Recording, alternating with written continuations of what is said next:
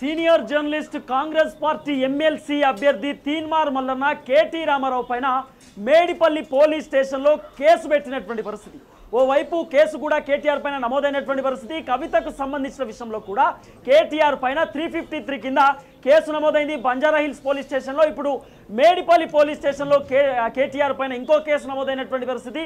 ప్రవళికకి సంబంధించినటువంటి ఇష్యూలో కూడా కేటీఆర్ పైన అనేకమైనటువంటి కంప్లైంట్స్ ఉన్నటువంటి సిచ్యువేషన్స్ కూడా మనం చూస్తూ ఉన్నాం. అయితే తీన్మార్ మల్లన్న ప్రత్యేకంగా కేటీఆర్ పైన కేసు పెట్టాల్సినటువంటి అవసరం ఎందుకు వచ్చిందంటే 200 కోట్ల రూపాయలు పెట్టి సోషల్ మీడియాని తయారు చేసి వాళ్ళకు ఎంప్లాయ్మెంట్ ఇస్తూ తీన్మార్ మల్లన్న పైన ఎమ్మెల్సీగా ఓడగొట్టడానికి దుష్ప్రచారాలు చేస్తున్నారనేటటువంటి చర్చ పూర్తి స్థాయిలో వినబడుతున్నటువంటి పరిస్థితి. మేడిపల్లిలో కంప్లైంట్ ఇచ్చినటువంటి అనంతరం తీన్మార్ మల్లన్న ప్రెస్ మీట్లో కూడా మాట్లాడేటటువంటి ప్రయత్నం చేసిండు.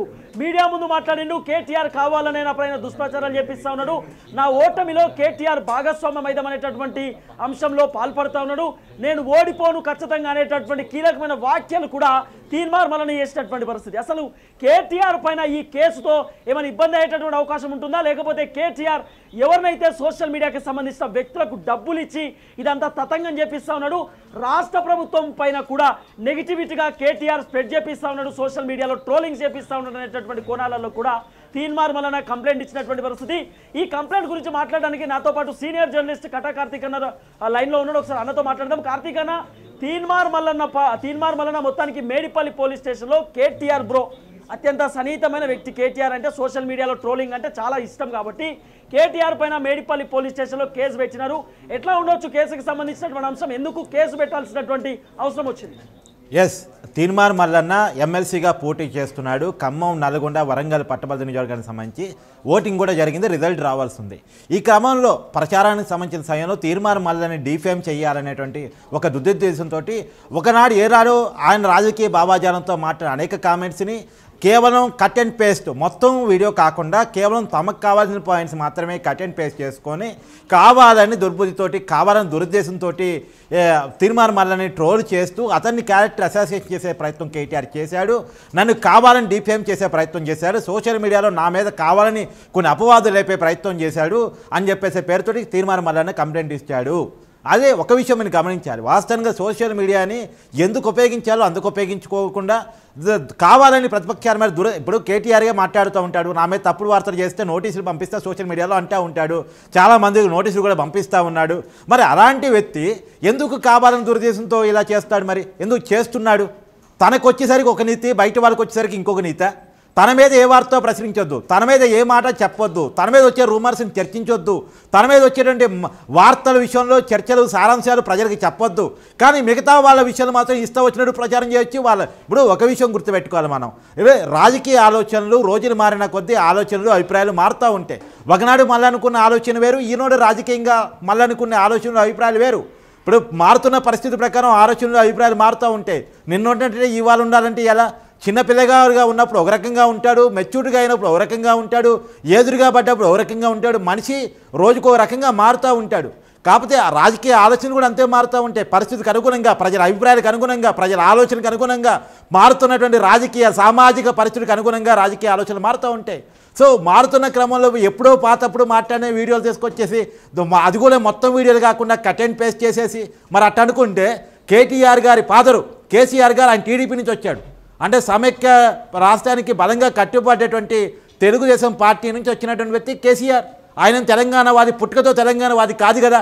మధ్యలో తెలంగాణవాదాన్ని ఎత్తుకున్నాడు, తెలంగాణవాదాన్ని పట్టుకున్నాడు. 1969లో తెలంగాణవాద కేసీఆర్ ఏమన్నా తెలంగాణ మొదటి దశ ఉద్యమంలో తెలంగాణవాదం కాదు కదా. తనకి స్పీకర్ పదవి ఆ రోజు మంత్రి పదవి ఇవ్వకపోవటం వల్ల, ఆ రోజు టీడీపీ పొలిటికల్గా కేసీఆర్కి ఇంపార్టెన్స్ ఇవ్వకపోవడం వల్ల తెలంగాణవాదాన్ని ఎత్తుకొని టీడీపీ నుంచి బయటకు వచ్చి పార్టీ పెట్టుకున్న వ్యక్తి కేసీఆర్. మరి కేసీఆర్ ఆలోచనలు మార్చుకోలేదా? ఆయన పొలిటికల్ కాంగ్రెస్లో స్టార్ట్ అయింది, పొలిటికల్ పీక్స్ టీడీపీలో జరిగింది. తర్వాత ఇప్పుడు టీఆర్ఎస్ కాస్త మన బీఆర్ఎస్, మన టీఆర్ఎస్ని బీఆర్ఎస్ ఎందుకు మార్చుకున్నారు? నీ ఆ రాజకీయ ఆలోచన కూడా మారింది కదా. నువ్వు పెట్టిన తెలంగాణ ఉద్యమం కోసం, తెలంగాణ ఏకీకరణ కోసం, తెలంగాణ పునర్నిర్మాణం కోసం పార్టీ పెట్టుకున్నా అని చెప్పావు, టీఆర్ఎస్ పెట్టుకున్నావు. మరి టీఆర్ఎస్ కాస్త బీఆర్ఎస్ ఎందుకైంది? నీ రాజకీయ ఆలోచన కూడా మారింది కదా. నీ రాజకీయ ఆలోచన అయితే మారచ్చు, వేరే వాళ్ళ రాజకీయ ఆలోచన మారకూడదా? ఇదెక్కడ సిద్ధాంతం? ఇదెక్కడ కరెక్టు? ఆయన కావాలని డిఫేమ్ చేస్తూ ఒక వ్యక్తిని టార్గెటెడ్గా వీడియోలు పెట్టిస్తే, ఒక వ్యక్తిని టార్గెటెడ్గా సోషల్ మీడియాలో ప్రచారం చేస్తే ఆ వ్యక్తి కంప్లైంట్ ఇవ్వకుండా ఎలా ఉంటాడు? ఇతను ఎలా కంప్లైంట్ చేశాడో, ఇతను ఎలా అందరికీ నోటీసులు ఇచ్చాడో ఆ విధంగానే తీర్మానం వల్లనే కేటీఆర్ మీద కంప్లైంట్ చేశాడు. కావాలని నేను డిఫేమ్ చేయడం కోసం, కావాలని నేను బదనాం చేయడం కోసం, నా క్యారెక్టర్ అసాసిన్ చేస్తూ సోషల్ మీడియాలో ప్రత్యేకించే టీంని పెట్టుకొని కేటీఆర్ ఎలా చేశాడు అనేటువంటి విషయాన్ని తీర్మానం వల్లనే తన కంప్లైంట్లో పొందుపరిచినట్టు మనకు వస్తున్న సమాచారం. ఇంకో విషయం ఏంటంటే ఇదే కేటీఆర్ చెప్పిండు, తీన్మార్ మల్లన్న ఖైదీ ఏది చెంచల్గూడ జైల్లో 74 రోజులు, 30 రోజులు చెర్లపల్లి జైల్లో, ఆయన ఖైదీ కదా, ఖైదీకి ఓటేస్తారా మీరు అనేటటువంటి మాటలు కూడా కేటీఆర్ మాట్లాడిండు. ఇదే కేటీఆర్ కదా తీన్మార్ మల్లన్న పైన అక్రమ కేసులు పెట్టించి జైలు పంపింది. ఎస్, ఇప్పుడు జైలుకి పోయి వచ్చాడు, కానీ నిందితుడిగా జైలుకి పోయి వచ్చాడా, దోషిగా జైలుకి పోయి వచ్చాడు, ఆ విషయాన్ని కూడా పాయింట్అవుట్ చేయాలి కదా. నువ్వు కేసులు పెట్టావు, నీకు అధికారం ఉంది, మొన్నటిదాకా 10 సంవత్సరాలుగా అధికారం నీ చేతిలో ఉంది, పోలీసింగ్ నీ చేతిలో ఉంది కాబట్టి కేసులు పెట్టి జైల్లో పెట్టావు. అదే జైల్లో పెట్టినంత మాత్రం అతను ఖైదీ అయిపోయాడు, ఇక అతను దోషి, అతనికి ఓటేయడానికి వీలేదు అంటే ఇప్పుడు కవిత ఏంటి పరిస్థితి? మరి కవితను ఏమనాలి? కేసీఆర్ కుటుంబంలో బీఆర్ఎస్ ఎమ్మెల్సీగా ఉన్న వ్యక్తి, సాక్షాత్తు కేటీఆర్ గారి సోదరి, ముఖ్యమంత్రి గారి కూతురు, ఆ మాజీ ముఖ్యమంత్రి గారు అప్పుడు ముఖ్యమంత్రిగా ఉన్న కేసీఆర్ గారి కూతురు, మరి కవిత కూడా జైలుకు పోయింది కదా. మరి ఆ కుటుంబానికి ఎందుకు ఓట్లేయాలి? ఆ కుటుంబాన్ని తెలంగాణను ఎందుకు ఆదరించాలి? ఆ పార్టీని ఎందుకు ఆదరించాలి? బీఆర్ఎస్ దుకాణం బంద్ చేస్తే పోలే. మరి అదే కుటుంబంలో ఒక వ్యక్తి జైలుకు పోయింది, రేపు మాపో కేసీఆర్ కూడా జైలుకు పోవచ్చు కాక రేవంత్ రెడ్డి కేసులు పెడితే, ఆ ప్రభుత్వం పాత ప్రభుత్వం చేసిన 10 సంవత్సరాల కాలం అవినీతిని బయటకు తీస్తే, మరి మన బయటకు జైలుకు పోవటమే తప్పు, జైలుకు పోవటమే ఎన్నికల్లో పోటీ చేయడానికి అర్హత లేదు అనుకుంటే, ఇప్పుడు కవిత ఎన్నిక అర్జెంటుగా ఎమ్మెల్సీ పదం తీసేయాలి. ఎమ్మెల్సీగా కవితను పార్టీ నుంచి తప్పిస్తున్నట్టు, పార్టీని సస్పెండ్ చేస్తున్నట్టు ఒక నోటీసు బయటకు రిలీజ్ చేయాలి. అంటే తమకు వచ్చేసరికి ఒక నీతి, బయట వాళ్ళకి వచ్చేసరికి ఒక నీతి, మనకు ఒక మాట, బయట వాళ్ళకు ఒక మాట. ఇది కరెక్ట్ కాదు కేటీఆర్ గారు అన్నది అందరూ చెప్తున్నటువంటి మాట.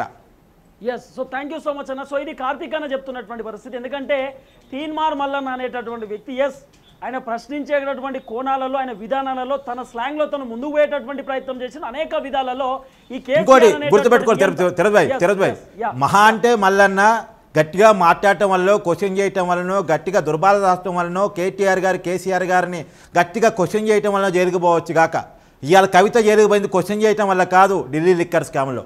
రేపు కేసీఆర్ గారు జైలుకు పోతారని వార్తలు వినపడుతుంది, క్వశ్చన్ చేయటం వల్ల కాదు, ఫోన్ ట్యాపింగ్ కేసులో. కేటీఆర్ గారు జైలుకు పోతారని చెప్తుంది, ఏదో ప్రశ్నించడం వల్ల రేవంత్ రెడ్డి మీద పోరాటం చేస్తే పొలిటికల్ అరెస్టు, తెలంగాణ ఉద్యమం కోసం జరిగిన అరెస్టు కాదు నేను చెప్పేది, ఫోన్ ట్యాపింగ్ కేసులో. తర్వాత మిషన్ భగీరథ కేసులో, లేదు అంటే ఇతర అవినీతి కేసుల్లో, ఇలాంటి కేసుల్లో జైలుకు పోయే ప్రమాదం ఈ కుటుంబానికి ఉంది.